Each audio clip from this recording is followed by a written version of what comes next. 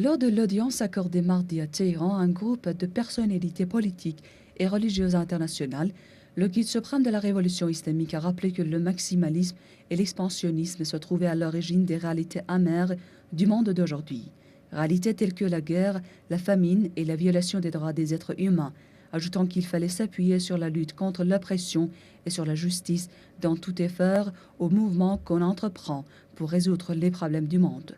L'injustice et l'oppression, voilà la source historique de tous les problèmes et malheurs de la communauté mondiale, a regretté l'honorable Ayatollah Khamenei pour faire allusion au massacre horrible des Irakiens, des Afghans et des Palestiniens.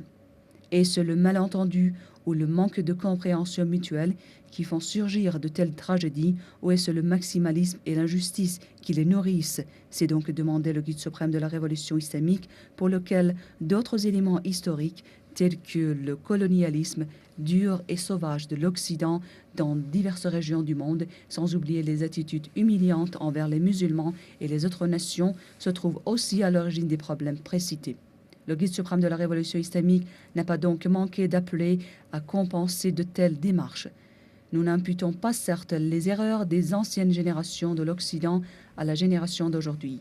Par contre, nous considérons les dirigeants actuels de l'Occident comme responsables, car ils cherchent eux aussi à dominer le monde et à bafouer les droits des nations, a souligné l'honorable Ayatollah Khamenei, avant de proposer aux personnalités et à ceux qui souhaitent résoudre les problèmes du monde de condamner l'oppression et l'injustice où que ce soit et à œuvrer pour distinguer les oppresseurs des opprimés.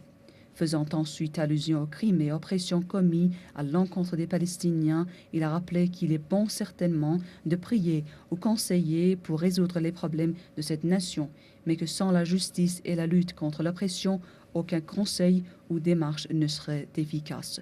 Il incombe donc à tous ceux qui bénéficient d'une certaine influence ou prestige au sein de la communauté internationale de faire face à cette oppression flagrante en Irak et en Palestine. Le guide suprême de la révolution islamique a jugé alors la lutte contre l'oppression comme la seule voie juste et efficace susceptible de parvenir à une paix équitable. La paix inéquitable ne peut pas durer longtemps. Il faut soutenir la paix, la justice et lutter sérieusement contre l'oppression, a conclu le guide suprême de la révolution islamique.